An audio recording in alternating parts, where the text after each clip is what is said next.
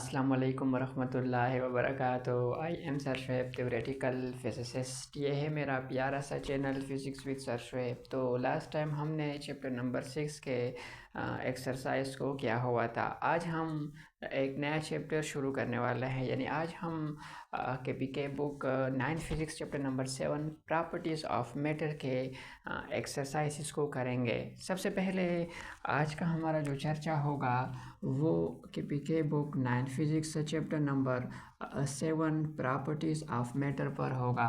सबसे पहले अगर मैं इस चैप्टर के एक्सरसाइज को देखूं तो इस चैप्टर के एक्सरसाइज के टोटल 4 पोर्शन होते हैं। पहले पोर्शन को हम बोलते हैं MCQs और दूसरे पोर्शन को हम बोलते हैं कंसेप्चुअल क्वेश्चंस, और इसी तरह तीसरे पोर्शन को हम बोलते हैं कॉम्प्रिहेंसिव क्वेश्चंस, और इसी तरह चौथे पोर्शन को हम बोलते हैं न्यूमेरिकल क्वेश्चंस।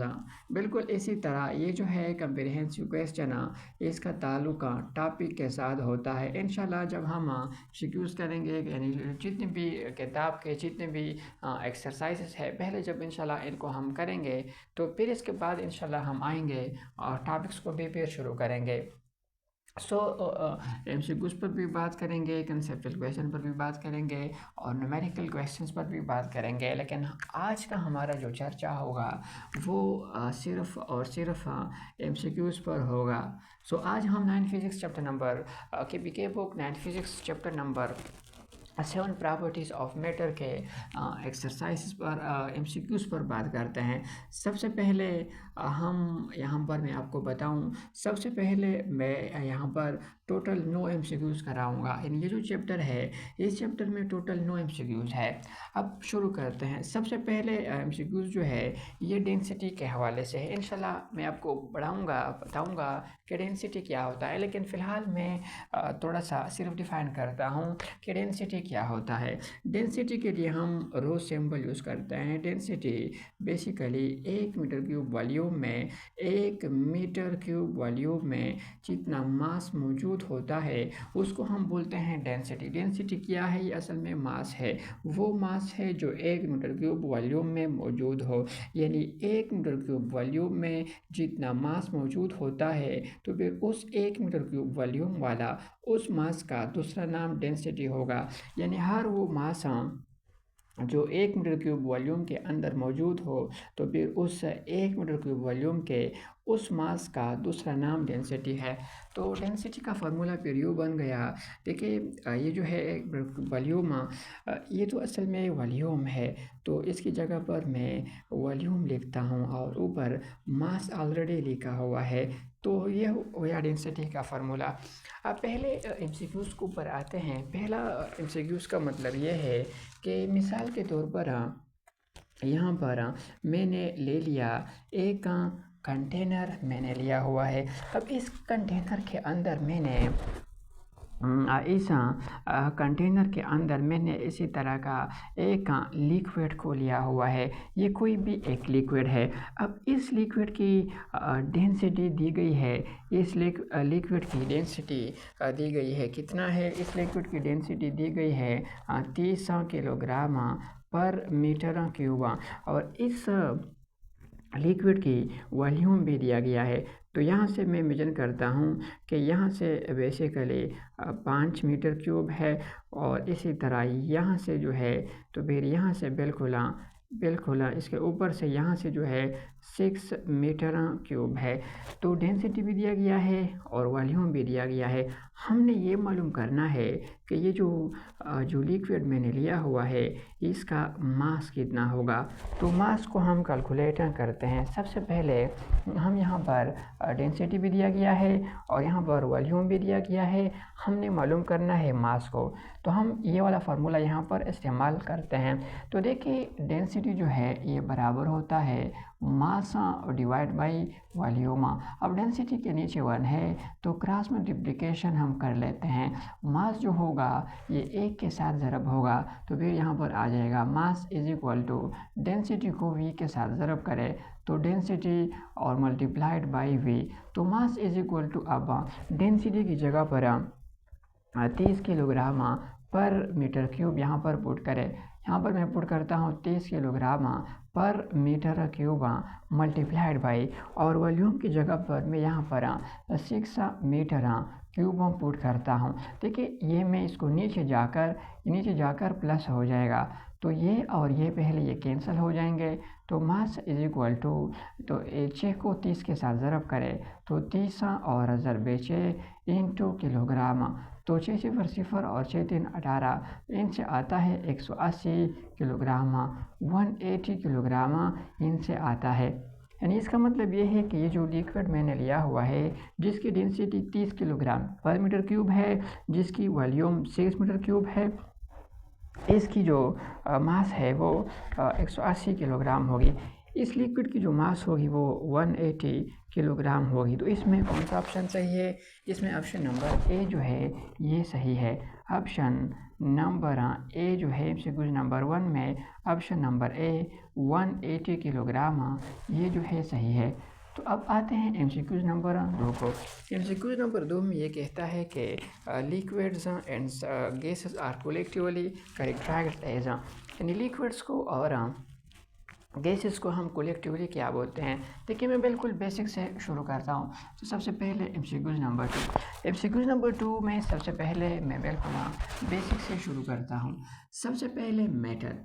देखिए मैटर क्या होता है? मैटर हर वो चीज़ जिसका मास भी हो और वो कुछ ना कुछ जगह भी घेरे, और जो चीज़ जितना जगह घेरता है उसको हम वॉल्यूम बोलते हैं।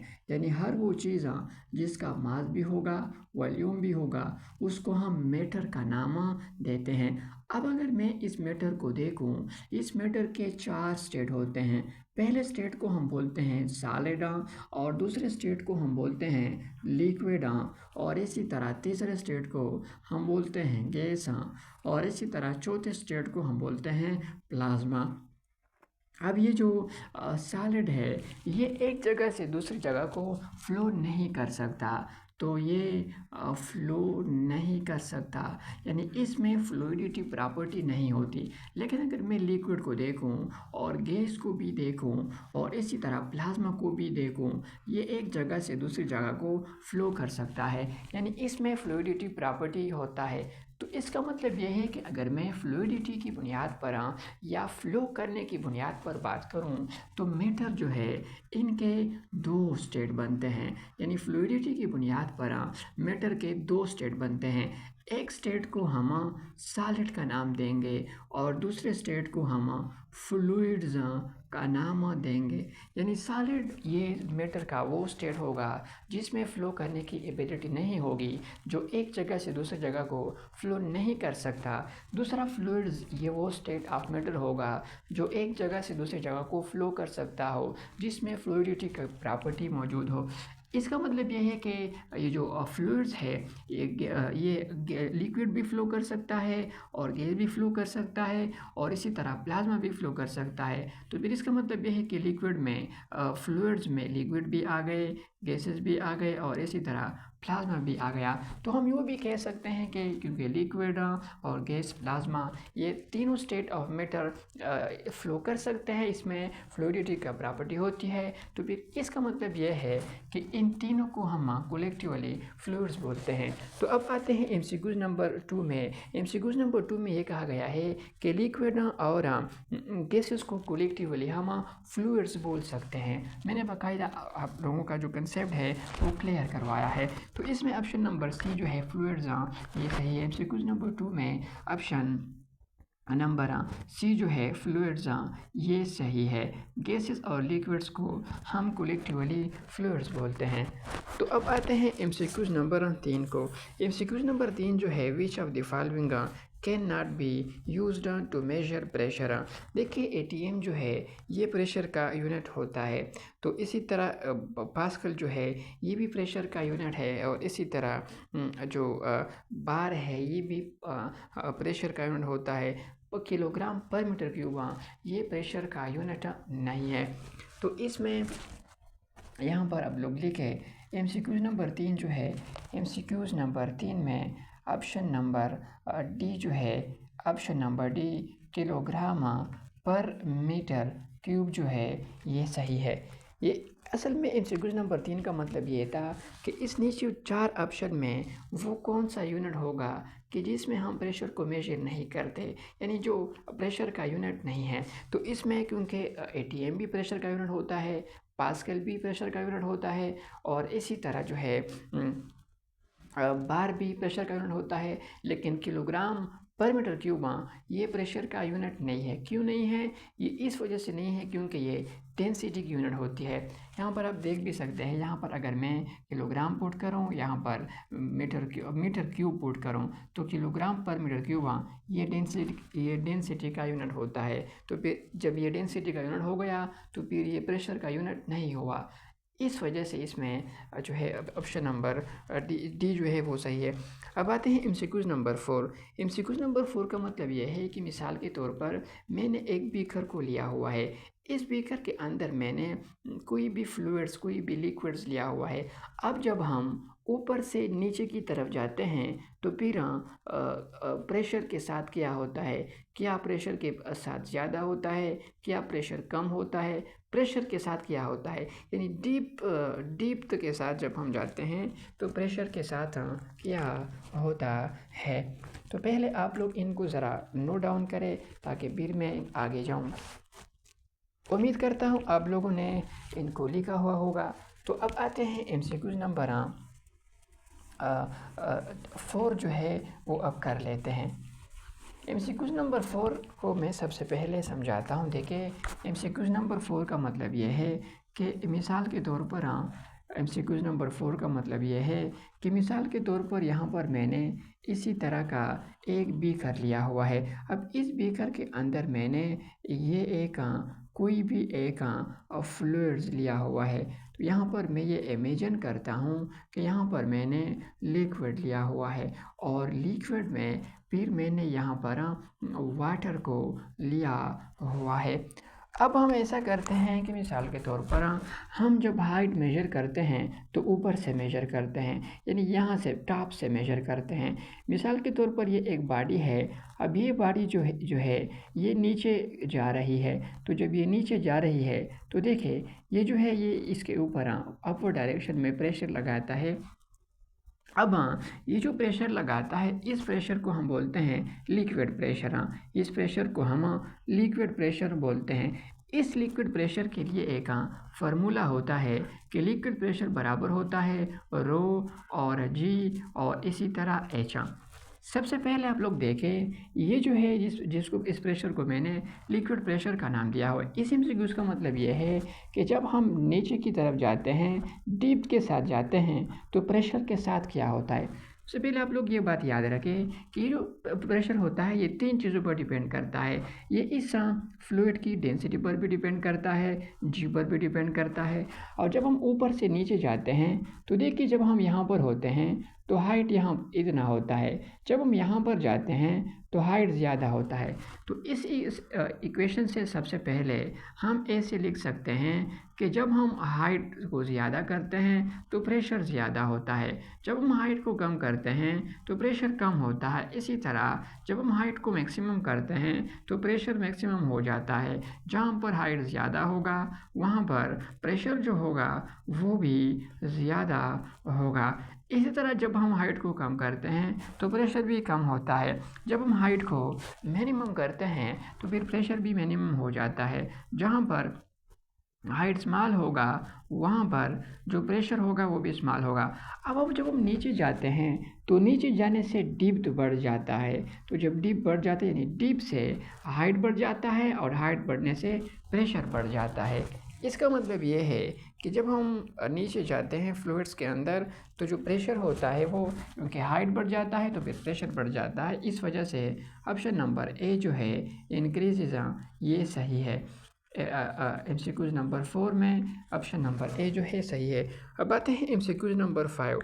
देखिए एमसीक्यूज नंबर 5 प्रेशर के बारे में है। इस एमसीक्यूज का मतलब ये है कि वेदर मैप्स में हम प्रेशर के लिए कौन सा यूनिट यूज़ करते हैं। तो वेदर मैप्स में हम प्रेशर के लिए बार यूज़ करते हैं। वेदर मैप्स में हम प्रेशर के लिए बार जो है वो यूज़ करते हैं। तो एमसीक्यूज नंबर 5 में ऑप्शन नंबर सी जो है वो सही है।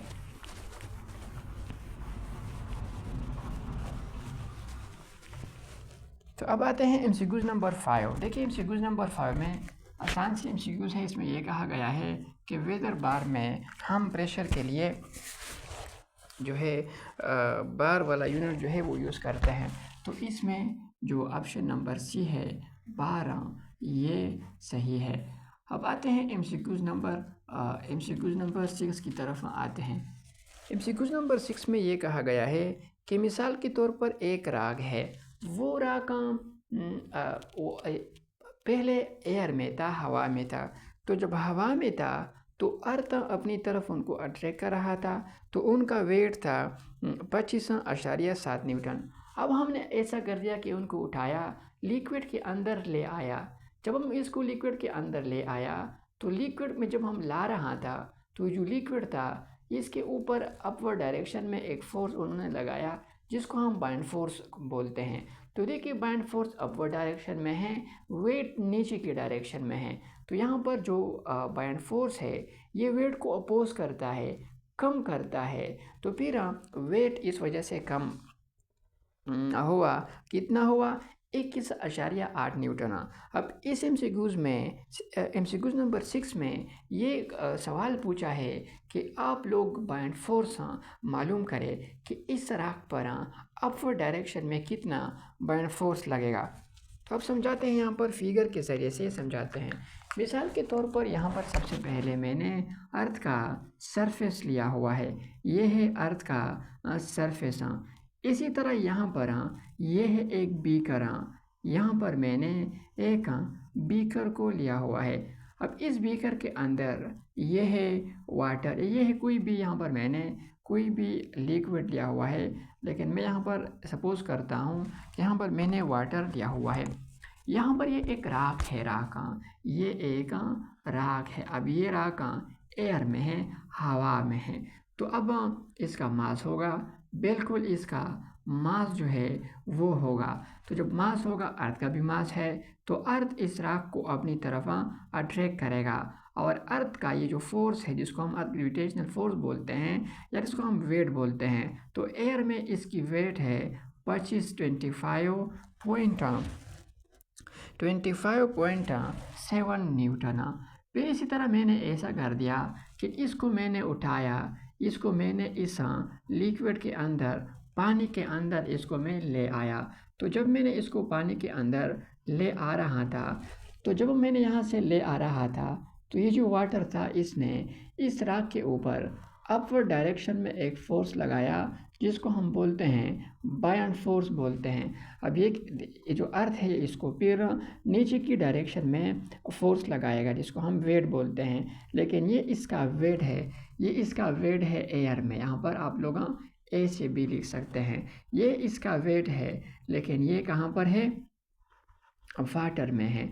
और कितना है? 21.8 न्यूटन। अब इस MCQs में हमने ये करना है, हमने ये बताना है कि इस ये जो लिक्विड वाटर जो है इसके ऊपर कितना बाइंड फोर्स लगाएगा। तो हमने बाइंड फोर्स को मालूम करना है। देखिए अगर हम ऐसा करें कि यहाँ पर इस फोर्स से ये वाला फोर्स रिमूव करें, सब्ट्रैक्ट करें, माइनस करें, तो बाइंड फोर्स जो है ये खुद ब खुद आ जाएगा। देखिए यहाँ पर फोर्स कम हुआ है। ये फोर्स क्यों कम हुआ है?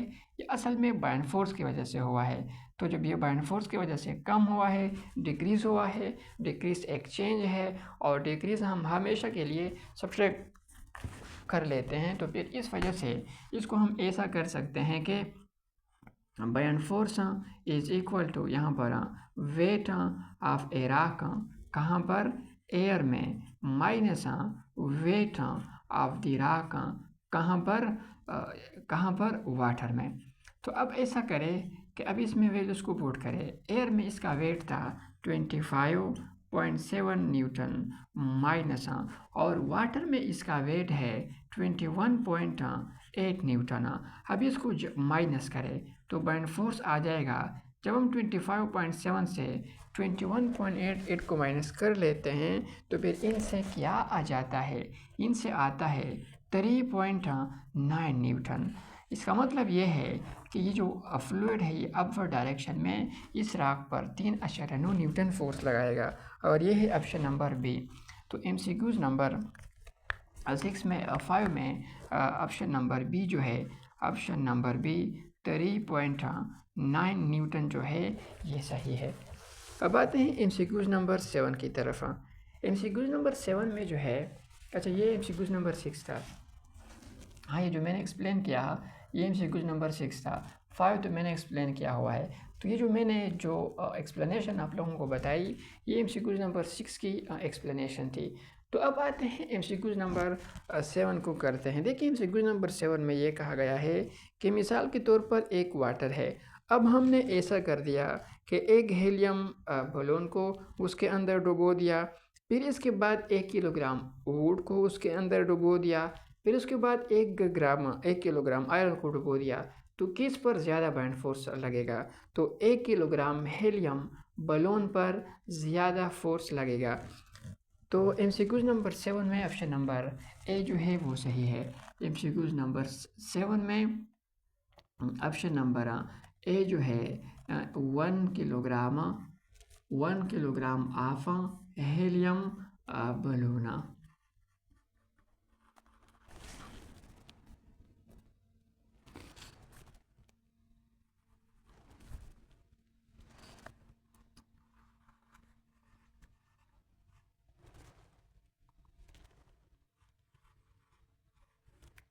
तो अब आते हैं MCQs नंबर 8 की तरफ। देखिए MCQs नंबर 8 में कहा गया, MCQs नंबर 8 में ये कहा गया है कि स्ट्रेन की यूनिट को मालूम करें। इंशाल्लाह मैं आप लोगों को पढ़ाऊँगा स्ट्रेन। स्ट्रेन जो है, स्ट्रेन का फार्मूला होता है स्ट्रेन का फार्मूला होता है डेल्टा L डिवाइड बाई और L। लेकिन आप लोगों के किताब में जो फार्मूला दिया है x और डिवाइड बाई L। अब इसका यूनिट हमने बताना है। देखिए ये जो है चेंज इन लेंथ है और चेंज इन लेंथ ये भी एक लेंथ होता है और लेंथ की यूनिट होती है मीटर। तो यहाँ पर मीटर को पुट करें और इसी तरह लेंथ की जगह पर मीटर को पुट करें। मीटर मीटर के साथ कैंसिल हो जाएगा तो यहाँ पर आ जाएगा 1। अब देखिए यहाँ पर इस 1 के साथ यूनिट नहीं है तो स्ट्रेन का कोई यूनिट नहीं है। जब स्ट्रेन का कोई यूनिट नहीं है तो फिर हम ऐसे भी लिख सकते हैं कि ये यूनिट लेस क्वांटिटी है।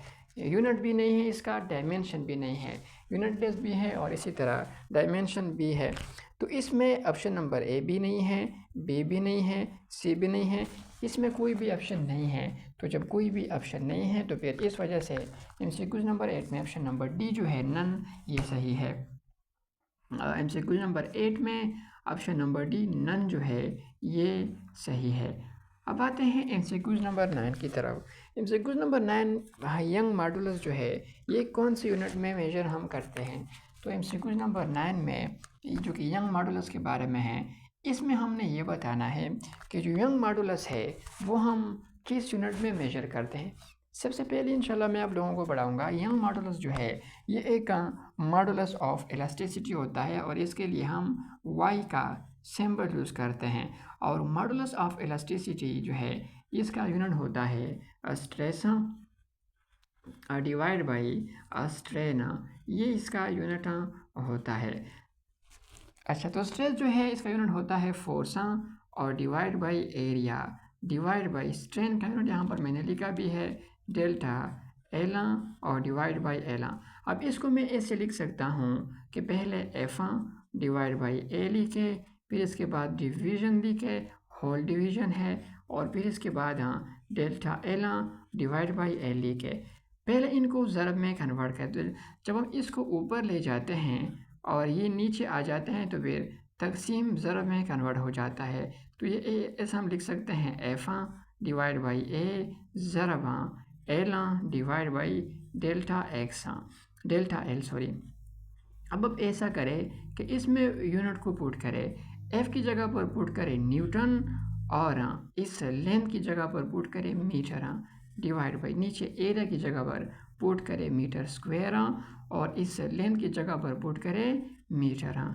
मीटर और मीटर के साथ कैंसल, तो यंग मॉडुलस का जो यूनिट है वो है newton divide by metre square. अब न्यूटन मीटर स्क्वायर जो है, न्यूटन पर मीटर स्क्वायर ये बराबर होता है पास्कल के। तो ये बराबर होता है पास्कल के। तो इसमें जो ऑप्शन नंबर ए है MCQ नंबर 9 में, ऑप्शन नंबर ए तो नहीं है, ऑप्शन नंबर सी भी नहीं है क्योंकि न्यूटन है, फोर्स यूनिट है। तो ऑप्शन नंबर बी जो है ये सही है पास्कल। तो MCQ नंबर 9 में यहाँ पर मैं लिखूँ MCQ नंबर 9 में कौन सा वाला ऑप्शन सही है? ऑप्शन नंबर बी जो है पास्कल, ये सही है। MCQ नंबर 9 में ऑप्शन नंबर बी पास्कल ये सही है। तो उम्मीद करता हूँ आप लोगों को पहले इनसे एक स्क्रीनशॉट ले लीजिए। उम्मीद करता हूँ कि आप लोगों को समझ में आ गया होगा। तो पढ़ाई करते रहे। All the very best.